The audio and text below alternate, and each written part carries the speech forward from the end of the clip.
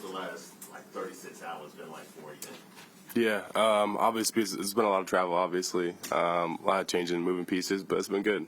Getting out to really New York for the first time, kind of Jersey, see what everything's really about, get to meet people. It's been great. You pride yourself on being versatile and also being attacking in the run game. So Yeah. Where did that come from?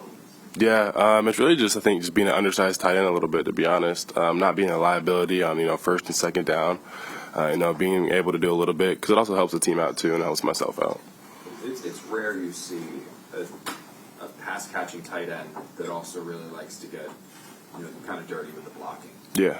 Where does that come from? Is that aggressiveness? Is that violence? Does he find it back in high school? Was it an escape to get to football? Where did that aspect of your game come from? Yeah, you kind of touched on a little bit of all those pieces. I think one, I've kind of always had it. I think it's a bit just how I think the game should be played, kind of like love, aggression, passion, all those things. But like I said, it really just comes down to how much I love the game, what I'm willing to do for teammates and things like that. What made you think when the Jets called you that it was a prank? Did the phone number not register, or would you even? No, I was just that was just like my biggest fear. If you go what was it Shador and all that stuff that happened with him, it's just it'd be such a moment full of so many emotions. It'd be kind of a not a fun way to you get a prank call and stuff like that. But no, obviously the call and everything was amazing. And you obviously come from a small town in Idaho. I mean, what does it mean to be representing that? I can't imagine a lot of guys that maybe get help from that. Yeah, not too many. But no, it's awesome. Like you said, you get to represent something a bit bigger than yourself. So it means something to those people back home, and especially all the people that have helped me get to this point. It's awesome.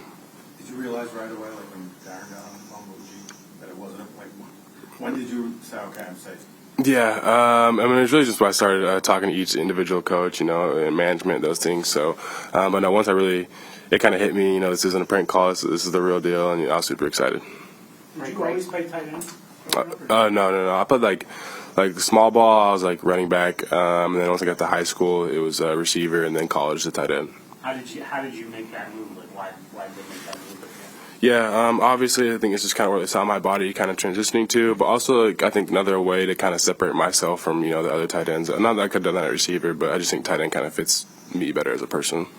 Frank Reich was pretty excited on that call based on the video we saw. What's been your interaction with him, throughout this process? Yeah, we really only did about one Zoom meeting with him, and we just kind of got to know each other, and then they kind of talked provisions they had with the tight end room, including myself, those things. So, but no, you could definitely tell they're great people to be around, him and Fredo. So I'm excited. Who was some of your favorite tight ends to watch kind of in the NFL? Yeah, obviously George Kittle. George Kittle's probably my favorite tight end to watch. I like watching Kyle Juszczyk a lot. They do a really good job over there. Obviously, like Colson Loveland, those guys that have also come from Idaho, which is pretty crazy. Kyle Pitts does a lot of great things. Evan Ingram, somebody I got a lot of comp to, so I've watched a lot of Evan Ingram. But I really trying to watch everyone. I've watched Mason Taylor, I've watched Jeremy, I've watched both those guys, and they both did a really good job.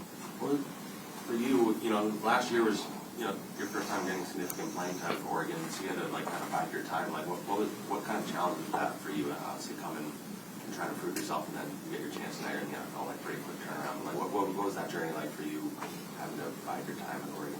Yeah, obviously it went by really fast, but, I wouldn't change anything. Obviously I got to sit behind some great players like Terrence Ferguson and Patrick Herbert and learn from them. And then obviously last year kind of take the reins of the offense. And, it was great, getting to help the young guys out, but also kind of showcase my abilities in the pass catching game and in the run game. So, it was great.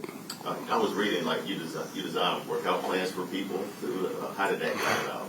Yeah, I've always just, loved working out in the gym.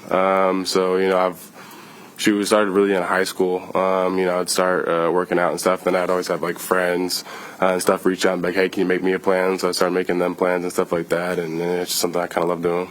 We kind of live in a day and age in college football now where if a player isn't playing, they leave and they go somewhere where they are playing. Yeah. You sat, you learned, you developed them, and you got your chance, you shine. What made you want to stay? What made you not want to leave?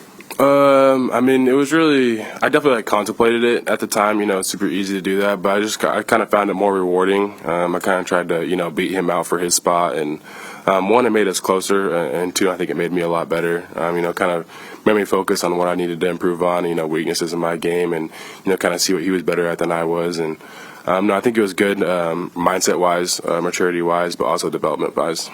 How much did playing at Oregon, especially against talented players that are also currently in the NFL, also help you get to this point?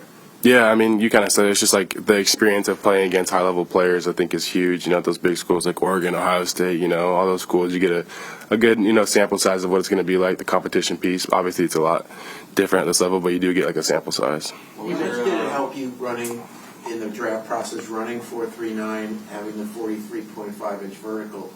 Where do you think you might have gone before that, and did it move you up the boards, you think? I think it definitely helped a little bit. I mean, not anything crazy. You know, I think people knew I was fast and people knew I could jump. It was just kind of putting the measurables, you know, on paper. You know, so people can kind of see what they're working with. But, no, I definitely think it helped me a little bit. You know, it was nice. I don't think people thought I was as fast as I was, obviously, so kind of getting to prove that was good. What was your impression of D'Angelo Potts? I know you went against him. Yeah. Yeah, obviously, I think that's a great pick. I think he's the best corner I played against all year, for sure. But, no, I mean, he's a bit, you can say on the undersized side too, but, no, it definitely doesn't show it on the field. You know, one thing I love about his game is how much, you know, passion and, you know, speed he plays with. So, you know, it's awesome to get a team up with him and, you know, Cooper as well, played against both of them twice. So, no, they're great guys. What do you have to do? Are you still 241? Is that your weight? No, I'll play this season at like 245 to 247. So, as a blocker, when you're not 260, what do you have to do to compensate for that? Yeah, obviously in my game it's kind of huge pad level and speed to contact because obviously I'm not as tall as some of those guys or big as some of those guys. So it's using, you know, my little things that I have, whether that's pad leverage or, you know, speed to contact.